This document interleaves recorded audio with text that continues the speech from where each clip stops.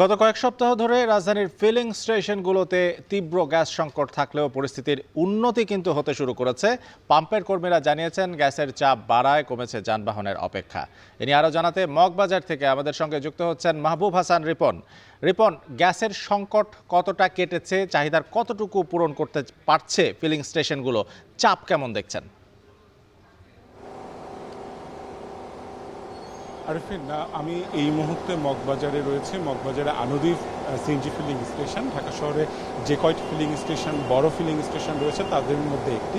আমরা এখানে দেখেছি যে গত কয়েক সপ্তাহ ধরে এখানে একটি সিএনজি চালক কিংবা অন্যান্য চালকদেরকে 1.5 থেকে 2 ঘন্টা অপেক্ষা করতে হয়, 3 ঘন্টা অনেক সময় অপেক্ষা করতে হয়। আজকে তারা 15-20 মিনিট অপেক্ষা করেই গ্যাস পাচ্ছেন। তার মানে হচ্ছে যে এখানে যে ধরনের চাপ ছিল পূর্বে, সেই চাপ আজকে বেশ কিছুটা পরিস্থিতির উন্নতি ঘটেছে। আমরা চালকদের সাথে কথা বলেছি, তারা বলছেন যে তারা খুব স্বাচ্ছন্দ্যে নিতে পারছেন।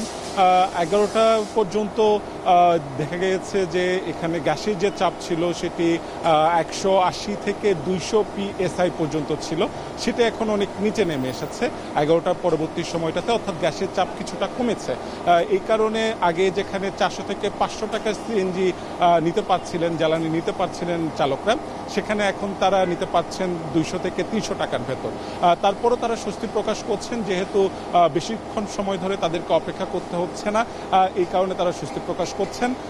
সিএনজি স্টেশনে যে সকল কর্মীরা রয়েছেন তারা আমাদেরকে জানিয়েছেন যে গ্যাসের সরবরাহ কিছুটা বেড়েছে, যে কারণে তাদের যে ভোগান্তি, সেই ভোগান্তি যে চিত্র তারা দেখতেন, সেই চিত্রেরও কিছুটা উন্নতি ঘটেছে।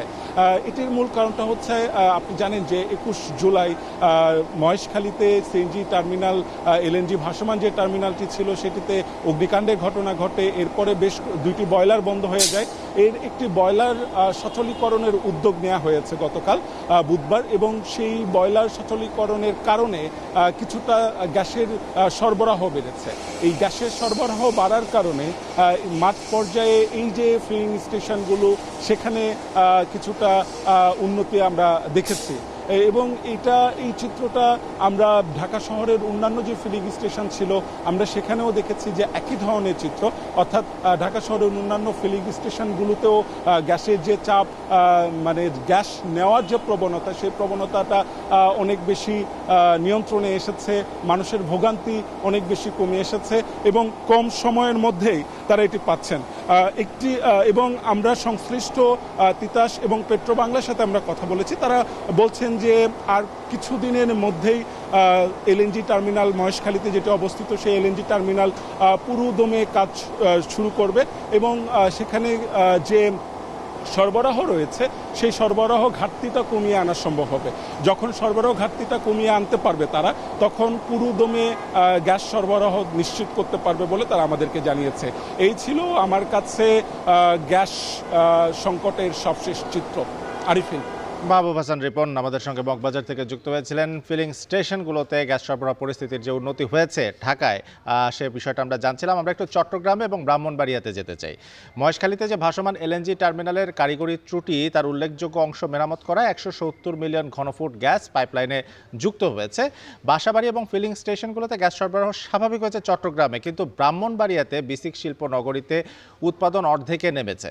তো সবকিছু কেমন চলছে? চট্টগ্রাম থেকে আমাদের সঙ্গে যুক্ত হচ্ছেন সিএনজি ফিলিং স্টেশন থেকে কাজী মাহফুজ এবং ব্রাহ্মণবাড়িয়া থেকে যুক্ত হচ্ছেন আজিজুল সঞ্চয়। শুরুতে আমরা মাহফুজের কাছে যাব, চট্টগ্রামের পরিস্থিতিটা জানতে চাইব। মাহফুজ, জানাবেন।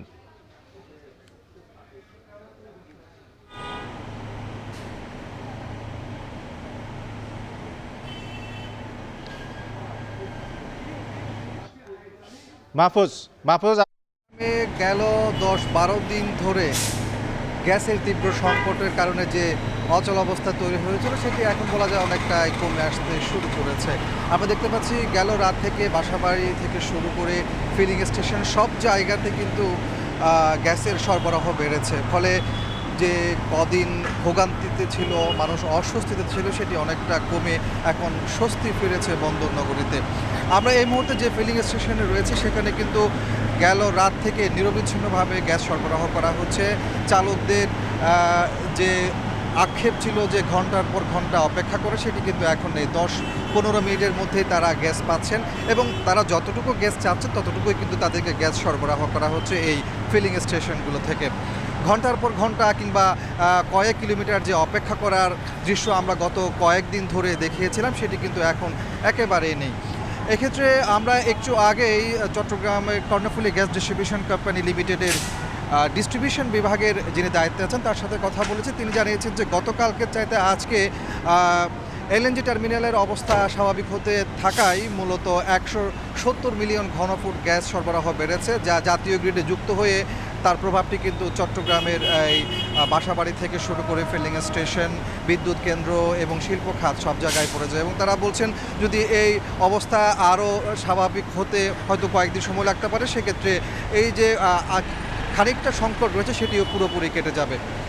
আপনার মাধ্যমে বলে রাখি যে চট্টগ্রামে আসলে গ্যাসের যে চাহিদা, বিশেষ করে দৈনিক 450 বিলিয়ন ঘনফুট গ্যাসের চাহিদা রয়েছে। তার বিপরীতে কিন্তু কারিগরি ত্রুটির কারণে এলএনজি টার্মিনালে সেই সরবরাহ অর্ধেকে নেমে আসে, অর্থাৎ 200-তে নেমে আসে।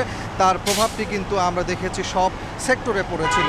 এবং আমরা যদি জাতীয় গ্রিডের কথা বলি, চট্টগ্রামের মহেশখালীর ভাসমান যে এলএনজি টার্মিনাল রয়েছে সেখানে কিন্তু প্রতিদিন আমরা দেখি যে 1000 থেকে 1100 মিলিয়ন ঘনফুট গ্যাস জাতীয় গ্রিডে সরবরাহ করা হয়, কিন্তু কারিগরি ত্রুটির কারণে সেটি কিন্তু অর্ধেকে নেমে এসেছিল।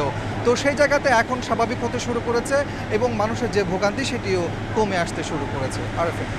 চট্টগ্রামে ভোগান্তি কমতে শুরু করেছে, সেটা যেমন আমরা জানতে পারলাম। ব্রাহ্মণবাড়িয়ায় দেশের অন্যতম গ্যাস উৎপাদন স্থল, সেখানে কিন্তু গ্যাস সংকট রয়েছে। কেন গ্যাস সংকটটা রয়েছে আমরা আজিজুল সঞ্চয় তার কাছ থেকে জানতে চাইব। সঞ্চয়,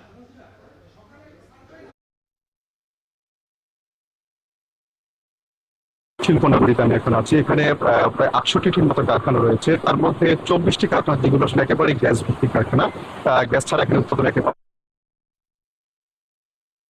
কিছু কারখানা আছে যেগুলো আসলে গ্যাস ছাড়া কিন্তু উৎপাদন করতে পারেন। তবে এখানে গত 1 থেকে 1.5 মাস ধরে কিন্তু গ্যাসের যে প্রেসার বা চাপ সেটি কিন্তু একেবারে কম।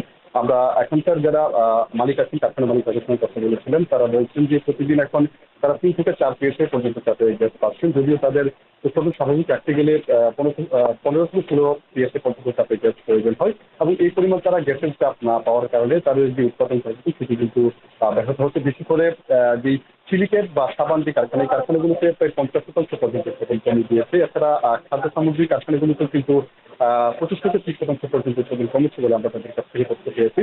আমরা এটি নিয়ে কথা বলেছিলাম আমাদের এখানে যেই অর্থাৎ এই বিশেষ শিল্পনগরীতে যারা আসলে গ্যাস সরবরাহের কাজ করে থাকে, বাস্তবায়ন ডিস্ট্রিবিউশন কোম্পানি লিমিটেড, এই কোম্পানিটির যিনি ব্রাহ্মণবাড়িয়া উপমহাব্যবস্থাপক আছেন প্রকৌশলী শফিকুল হক, তার সঙ্গে আমি কিছুক্ষণ আগেই কথা বলেছি। তিনি বলছেন যে আসলে মূলত দুপুর নাগাদ আসলে যখন আসলে দুপুর হয় তখন কিন্তু বাসাবাড়িতে আসলে একটি রান্নাবান্নার কারণে কিন্তু গ্যাসের চাহিদা বাড়ে, তখন আসলে গ্যাসের চাপ কিছুটা কমে যায়। তো এখানকার যারা ব্যবসায়ী আছেন তারা কিন্তু বলছেন যে সকাল, দুপুর বা রাত সবসময় কিন্তু তারা গ্যাসের চাপ একেবারে কম, যার ফলে তাদের উৎপাদন কমে গিয়েছে। তবে এটি নিয়ে আমরা যখন জানতে চেয়েছিলাম বাস্তবায়ন কর্মকর্তার কাছে, তিনি বলছেন যে আসলে তাদের লাইনেও কিছু ত্রুটি রয়েছে, যার কারণে এখানে তাদের আসলে কম চাপে তারা গ্যাস পান। তবে তিনি বলছেন যে তারা ব্রাহ্মণবাড়ির যে ফিলিং স্টেশন আছে, এছাড়া যেই এই বিদ্যুৎ শিল্পনগরী, এই দুই জায়গাতে যেন নিরবিচ্ছিন্নভাবে সব কাঙ্ক্ষিত পরিমাণে যেন গ্যাস সরবরাহ করতে পারে সেজন্য তারা একটি বিকল্প লাইন তারা স্থাপনের জন্য তারা চেষ্টা করছেন। এটি আসলে এটির কাজও তারা খুব শীঘ্রই শুরু করলেন এবং তিনি বলছেন যে এখন বর্তমানে যে চাপের যে সমস্যাটি হয়েছে সেটি শেষ হতে, অর্থাৎ এই সংকটটি কাটতে গেলে কিন্তু আরো 2.5 থেকে 3 মাস পর্যন্ত অপেক্ষা করতে হতে পারে বলে তিনি আমাদেরকে জানিয়েছেন। তিনি বলছেন যে তারা সেটি মেরামতের কাজ তারা শুরু করেছেন এবং তিনি বলছেন যে আগামী 2.5-3 মাসের মধ্যে কিন্তু পরিস্থিতির অনেকটা উন্নতি হবে। তখন আসলে এই যে 3 থেকে 4 পিএসআই সেটি কিন্তু প্রায় 10 থেকে 12 পিএসআই পর্যন্ত চাপে তারা গ্যাস দিতে পারবেন বলে তিনি আমাদেরকে জানিয়েছেন। তো আরেকদিন আমার কাছে এই ছিল ব্রাহ্মণবাড়িয়ার বিশেষ শিল্পনগরী থেকে এখানকার গ্যাস সংকট নিয়ে সর্বশেষ তথ্য। আজিজুল সঞ্চয়, আপনাকে অসংখ্য ধন্যবাদ। আমাদের দুজন সহকর্মী চট্টগ্রাম থেকে কাজী মাহফুজ এবং ব্রাহ্মণবাড়িয়া থেকে আজিজুল সঞ্চয়, তারা দুজন যুক্ত হয়েছিলেন। গ্যাস সংকটের যে খবরাখবর সেটা তারা জানাচ্ছিলেন।